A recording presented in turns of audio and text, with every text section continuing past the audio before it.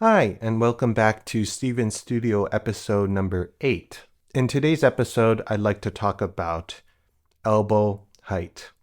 And this relates slightly to the previous episode of string crossings. But I'd like to talk about the different motions that you can use with your elbow and the different ways that you can apply weight from the bow stick into the hair, onto the string, and of course, to the sound post, and eventually to the violin vibrating and creating sound. So if you think about it, it's actually a very complex process of how we make sound.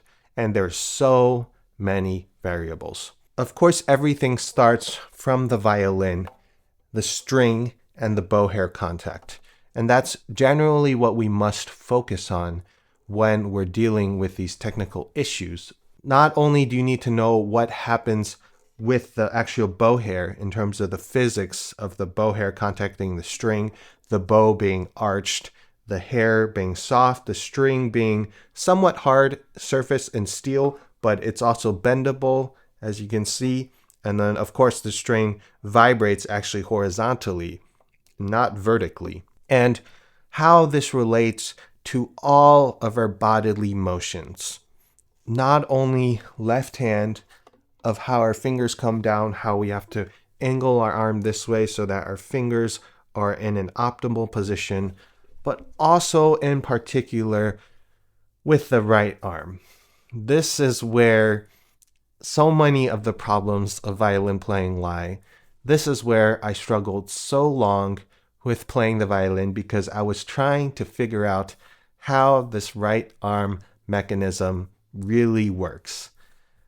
Not only do you have to understand how each part of the arm, from the fingers to the wrist, to the forearm, to the elbow, to the upper arm, then to the shoulder, and not only that, from the shoulder to your stance.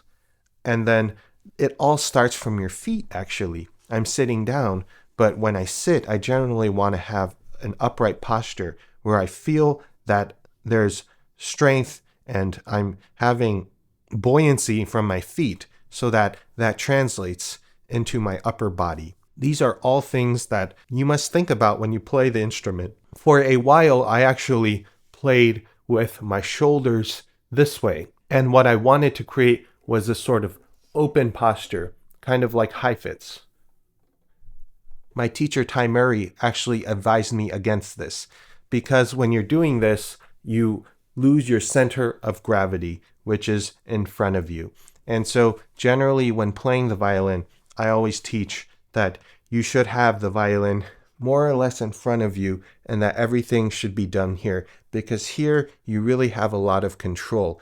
When you're out here, you're using all these sorts of muscles and it's hard to have real finite control. When it comes to the bow, there's essentially two different ways that you can apply weight into the string. And of course, we're not talking about the horizontal motion of bow speed, which of course we need to do. And I mentioned briefly in last episode, the basic motions of up bow and down bow. Not only are there horizontal motions, but we're going to focus on applying weight. And of course, that weight affects what angle of the string you're playing on and the sound you're creating. Essentially, there's two different ways to apply weight. Either by dropping your elbow and applying natural elbow arm weight this way, which is the way I was taught. Natural weight here is going to produce a nice natural open sound. And it's beautiful. That's the way so many people play nowadays because most people use a more Franco Belgian grip, which lends itself to using this natural weight. The other way of applying weight, which is also very important, is pronation, where you're pressing down from above. So if you think about pronation, it's like you're pressing down this way. And then supination is you're pressing down this way.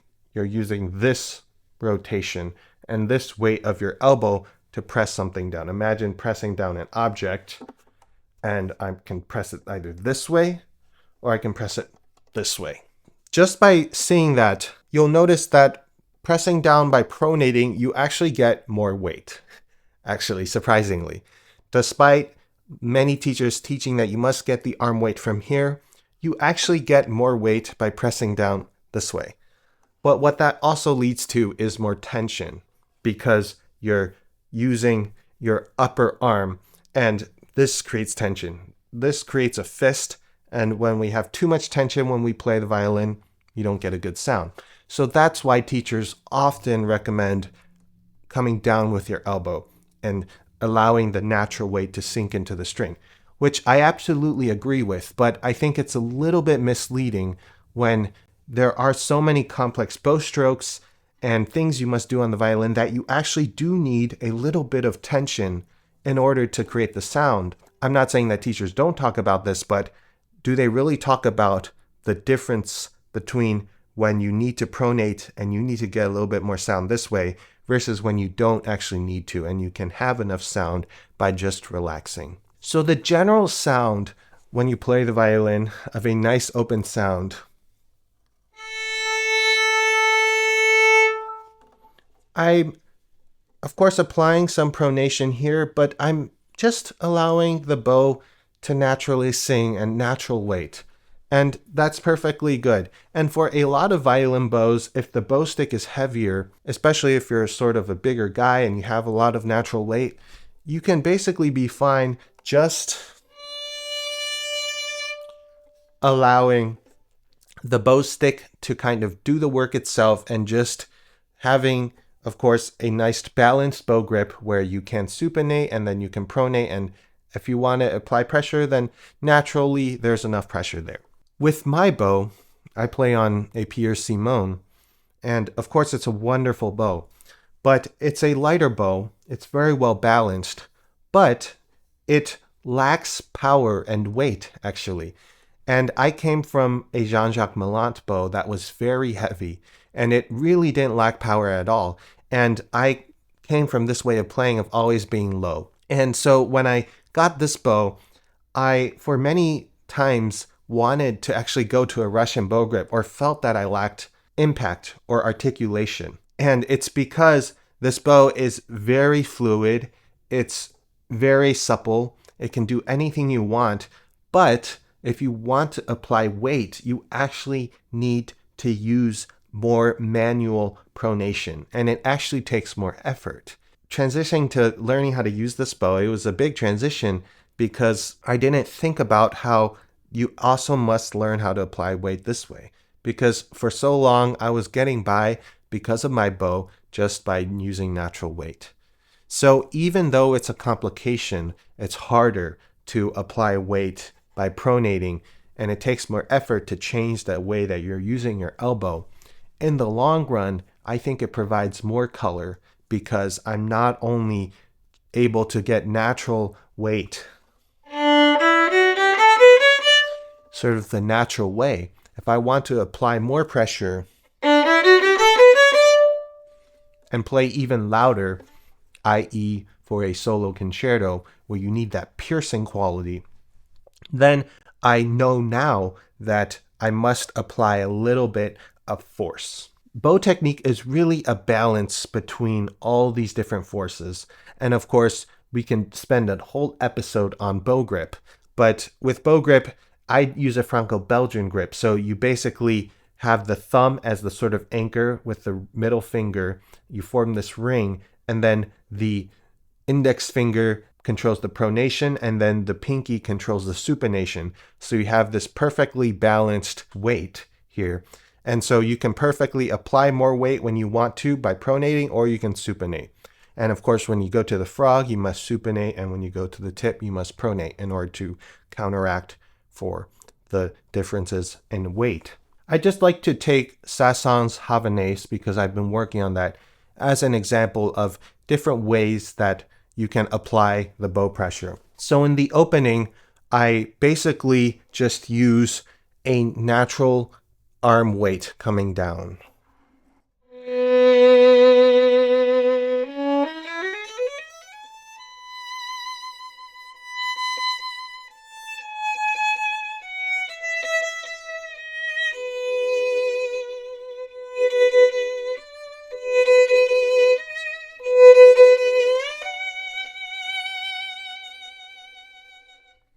Of course, with my Simone, I'm able to create a lot of natural inflection just by playing around with the natural bow arc that is already in the bow. What's amazing about bows and the way that they're constructed is that there's already a natural indentation, an arc in it, so that every single stroke you play on a down bow, you're going downwards with the bow.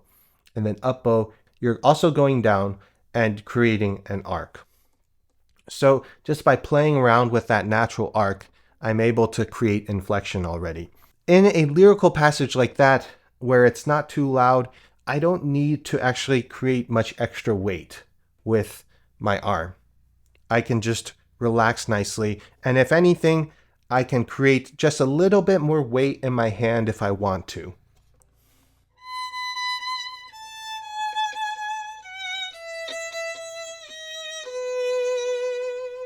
Going to the middle section of this piece, the fast, crazy section with 16th notes. Here, I want a lot of power. And so I'm going to use more pronation here. And I'm going to have my elbow higher so that I have force. This is essentially a rapid stroke, right? But it stems from this idea of having a lot of power and using pronation. And I get that sort of more gritty sound by having the elbow higher. I talked about in last episode there being sort of 3 zones and the middle zone as being C level. C level is generally a good place to have your bass. So just like how A string is kind of our bass for string crossings and third position might be a nice bass for positions, C level is a good general place to start because you're not too low. When you're too low with the elbow, you don't have the ability to give weight. And when you want to give weight, you need to go the extra distance. But also, if you want to supinate and provide natural arm weight, you can. So being at C level is generally a good place to start for anything, and then playing around with that. When you go above, that's when you're getting the pronation and that grit. And of course, Heifetz and Milstein, they played with a Russian bow grip. So they really got a lot of grit into the sound. And their sound is even more gritty than people that use Franco Belgian because they get that sort of really pressed sound that sounds very virtuosic and intense. I have played with a Russian bow grip in the past. I've tried experimenting with it, and it's certainly possible. Anyone can do it, despite what people say. But that's not what I prefer because I grew up doing Franco-Belgian, and I also like to be able to create different sounds. I find that if you only use the Russian grip, number one, it's a little bit hard on your wrist. And two, yes, you get very direct contact into the string, but you have less flexibility.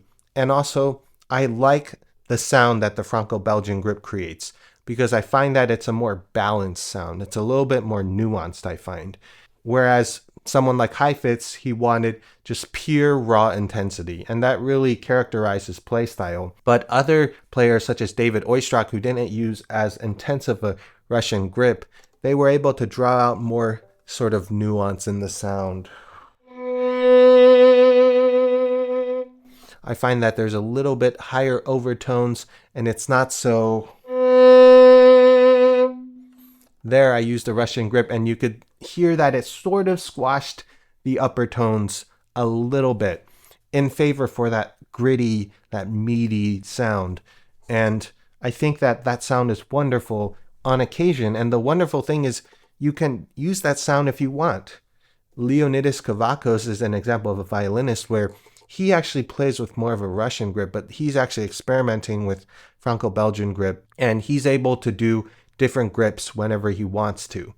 And so why can't you go to a Russian grip occasionally if you really want to dig into the string? But anyways, going to Franco-Belgian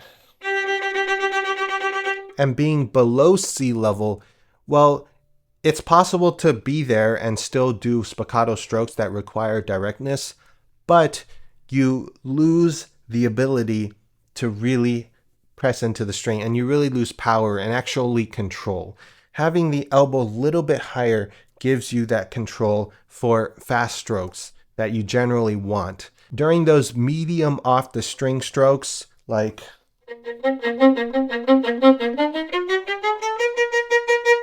I like to be a little bit above, because if you try to do it low,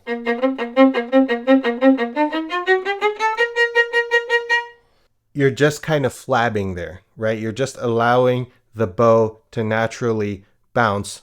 And I had teachers tell me that in orchestra auditions, that's absolutely not the way to go, because when you're nervous, this will start shaking. And you can't control when your bow shakes when you get nervous.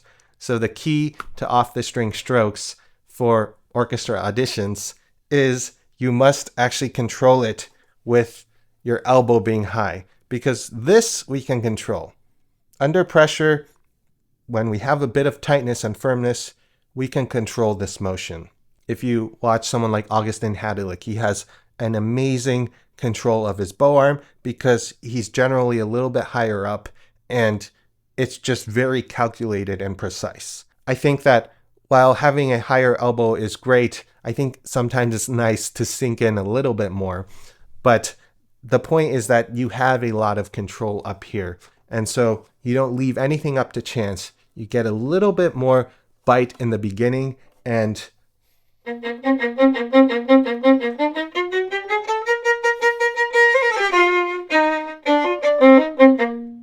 you still get resonance. So basically, playing the violin is all about the bow stroke, how you're painting different colors, and how you're going between pressing down more and supinating more to get that depth of expression. I love supinating and digging deep into the string by doing arc rather than pushing so much into the string, because you get that natural exhale. I find that when you sing, you whoo, it's a natural exhale. And so that motion is very nice, and it's the same with the bow.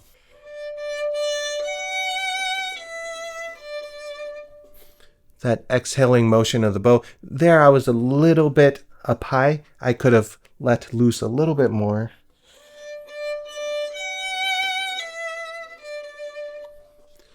In that F sharp there, the second time, you notice there was a little bit more of a rather than so when you want that directness in singing too, when there's more directness, there is a more piercing quality. But when you have that natural arm weight, there is a little bit more of that deep expressive feeling. And of course, this is very deep too. Being intense can also be very expressive. It's all different types of expression, and that's the beauty of violin bow technique. You can literally use your bow as a paintbrush to create every sort of color imaginable. Now, I didn't talk so much about where you play on the string, but that matters very much. Generally, on down bows, you can think about playing more on the 2 o'clock side of the string or more on the right side of the string. This is something that my former teacher, Jan-Marc Sloman, talked about. He wrote a book that just came out called Notes to a Violinist, and he talked about how on down bow, you play on the 2 o'clock, and then on the up bow, think about pulling the bow from the 10 o'clock position. So this way. And especially in fast strokes, that helps you play around with the string angle. So if the string is here, on down bows, you can be here, and on up bows, you're like this. So what this creates is a sort of circular motion rather than a more square motion. It creates a circular motion. And if you think about the string changing directions when we change bows, which happens all the time, of course, the string is already vibrating in one direction. Down bow, it's vibrating to the right, you can imagine. Even though the string is vibrating this way, when you're pulling the string to the right on down bow, technically you're constantly initiating vibration towards the right side. And then in order to get the string to start going to the left side, well, you're already pushing so much in this direction on the right side. In order to get to the left side, don't you think you have to counteract that by actually going to the opposite direction, to the opposite extreme? This is very apparent in fast strokes where you need that immediate change of direction. But even in a basic bow change, you can still help the up bow and the change of bow to get started sooner. And Sloman talks about how it sort of aggravates the string, or it allows it to speak at the most optimal angle. And just that little bit of angle downwards and upwards, that helps get the string going. Of course, you can just think, I'm going to start here and I'm going to go more kind of angular. But by smoothing it out and going from a already slightly angled position, that gets the string going more easily. And that really does make a big difference in terms of the sound. And if you imagine like a track runner, when they start running on the track, they don't just start from a standing position and just all of a sudden go quickly. How do you go faster? Well, you have to get ready and you're angled here. And then when this horn sounds, you launch forward and you have that boost of speed in the beginning that you wouldn't have if you just stand here. Of course, you can still run very quickly, but you just have that extra little bit.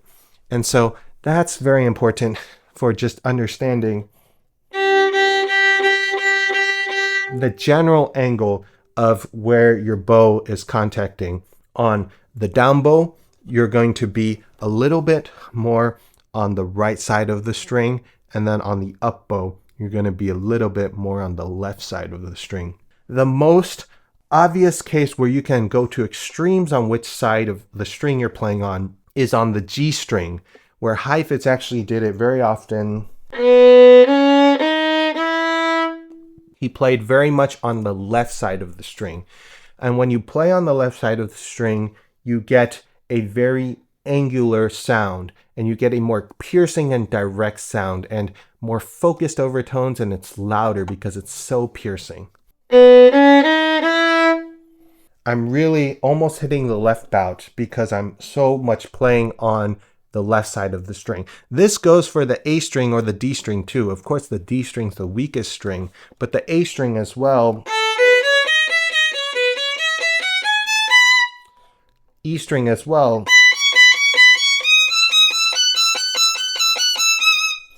I'm really thinking about playing from the left side of the string, and this goes along with this pronation here. When you pronate, you naturally want to go on this side of the string. The string is round, you're trying to attack from here. Well, the opposite is true for the supination, playing more on the right side of the string. When you don't want as much articulation, when you want the string to naturally exhale, and you don't want so much directness, you want a little bit more warmth and substance maybe beneath, rather than it being so focused on top, well, you can pull it back and you can play more on the right side of the string.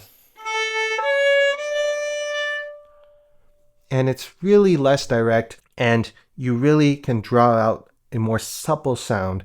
And so in soft, slow passages, this is where it really shines.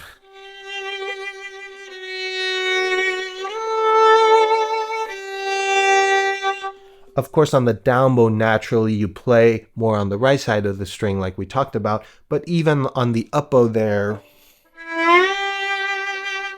I'm, as you can see, playing with a lower elbow, and that draws out a more supple sound. So in the future, I will talk about how different passages in music call for different elbow heights and playing around with all those different things. So this was a compilation of many different ideas I had on elbow height and playing with pronation and supination and how that affects the string of the violin. And so I hope that some of this was useful, and I will see you on the next episode. Thank you.